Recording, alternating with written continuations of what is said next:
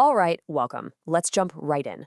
I am so excited to guide you through this explainer today because we are going to unpack some seriously profound insights from Simon Sinek.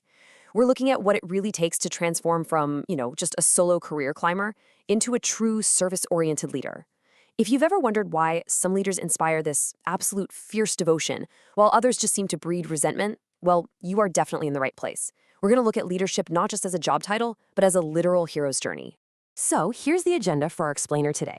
We're taking a 6-part journey to master modern leadership. We'll cover focusing on the goal, supporting your team, being the last to speak, accountability and humility, the empathy deficit, and finally, loving your work. Okay, before we hit step 1, we really need to set the foundation here, the infinite mindset. There's this classic parable of 2 lumberjacks. Every single day, they start chopping wood at the exact same time and they finish at the exact same time. But one of the guys disappears for an hour in the middle of every single day. Yet, miraculously, he always chops more wood. Finally, the other guy's like, "Where do you go for that hour?" And the first lumberjack just smiles and says, "Oh, I go home and sharpen my axe." That is what true leadership requires, an infinite mindset. It's not about this relentless, nonstop daily grind. It's realizing that stepping away, taking vacations, putting down your phone, and sharpening your axe is absolutely crucial for getting better results over a lifetime. Right, let's move to section 1. Focus on the goal. Let me share a fascinating story about a weekend run in Central Park. Simon Sinek and a friend had just finished a race, and at the finish line, there's a sponsor giving away free bagels. Now, this brilliantly illustrates the 2 ways people view the world. Sinek looks over and says, "Hey, let's get a free bagel."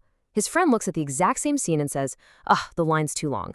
Sinek could only see the bagel, the goal. His friend could only see the line, the obstacle. So Sinek literally just walks up, leans between 2 people, reaches into the box, and grabs 2 bagels. The takeaway here, you can break the rules to get what you want. You don't have to wait in line. You can do it your way as long as you don't deny anyone else the ability to get what they want. Focus on the bagel, not the line. Moving right along to section 2, support your team. Now, let's shift from personal mindset to team dynamics. And to do that, let's ask a pretty crazy question. Who is actually able to become a Navy SEAL? I mean, we're talking about arguably the most elite warriors on the planet. Well, it is astonishing to learn who washes out. A former SEAL was asked who makes it, and he actually started by listing who doesn't. The guys who show up with huge bulging muscles covered in tattoos trying to prove how tough they are, none of them make it.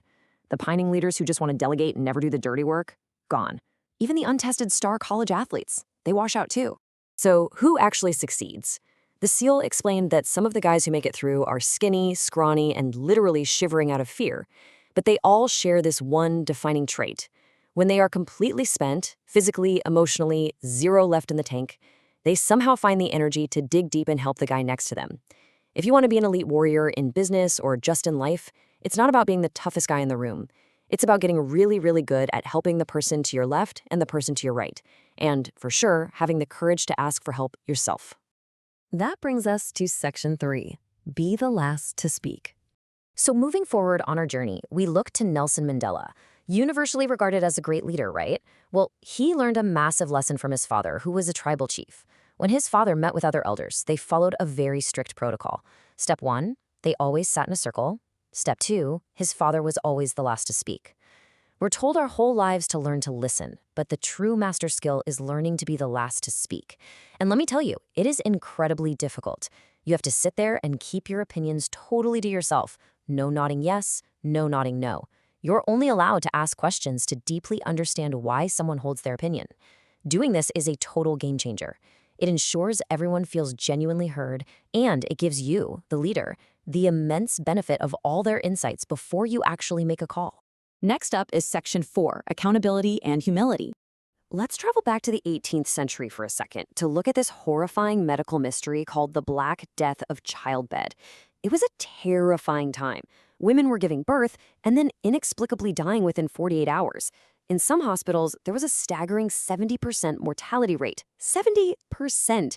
And this tragedy persisted for over a century. The Renaissance had brought all this empirical data and science, yet these highly educated doctors were just completely baffled by the deaths. It wasn't until the mid-1800s that Dr. Oliver Wendell Holmes realized the horrifying truth. The doctors would do autopsies in the morning, and then, without washing their hands, they'd go deliver babies in the afternoon.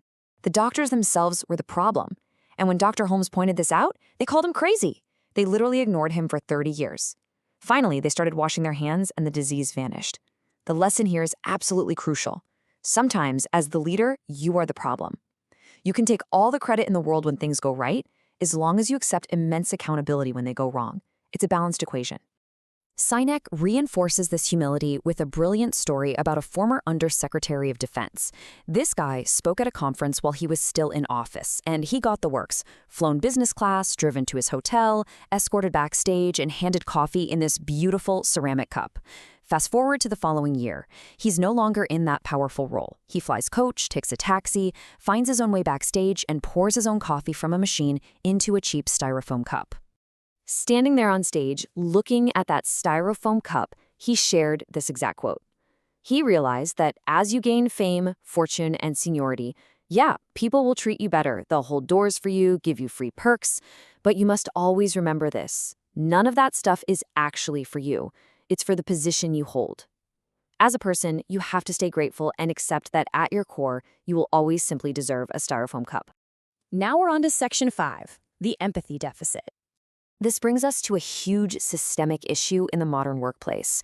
We keep asking, how do I get the most out of my people? As if they're a towel we can just wring dry. Instead, we should be asking, how do I help my people be at their natural best? To truly practice empathy with today's young workforce, we have to understand the environment they actually grew up in. We have to talk about dopamine. It is the exact same chemical rush you get when you smoke, drink, or gamble, and it's released every time we get a text, a like, or a notification. We have basically handed an entire generation unfettered access to a highly addictive, numbing chemical right in their pockets.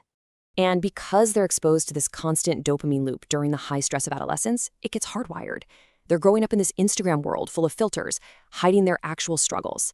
As a result, many young people admit they never actually practiced building deep, meaningful relationships. Their friendships stay kind of superficial. So when life gets genuinely stressful in the workplace, they don't have the coping mechanisms to turn to a person. They turn to their screens. If leaders don't practice empathy and understand this systemic hurdle, we are never going to help them thrive. And finally, Section 6, loving your work. Ultimately, this empathy deficit has got to be corrected. Loving your work is a right, not a privilege. It is absolute madness that when someone says, "Man, I love my job," we treat them like they just won the lottery. The whole dynamic shifts when leaders actually get their priorities straight. We have to demand environments where we feel safe to be vulnerable. When leaders prioritize their people's well-being and psychological safety way above short-term numbers, magic happens. Employees won't just comply, they'll respond in kind. They will naturally give their blood, sweat, and tears to advance the company's vision because it becomes deeply personal to them. I'll leave you with this provocative final thought to reflect on. Stress and passion are both just hard work. The only difference is the environment and the care provided by the leadership. So ask yourself, as a leader, are you actively creating an environment of debilitating stress, or are you cultivating one of boundless passion? The choice is entirely up to you.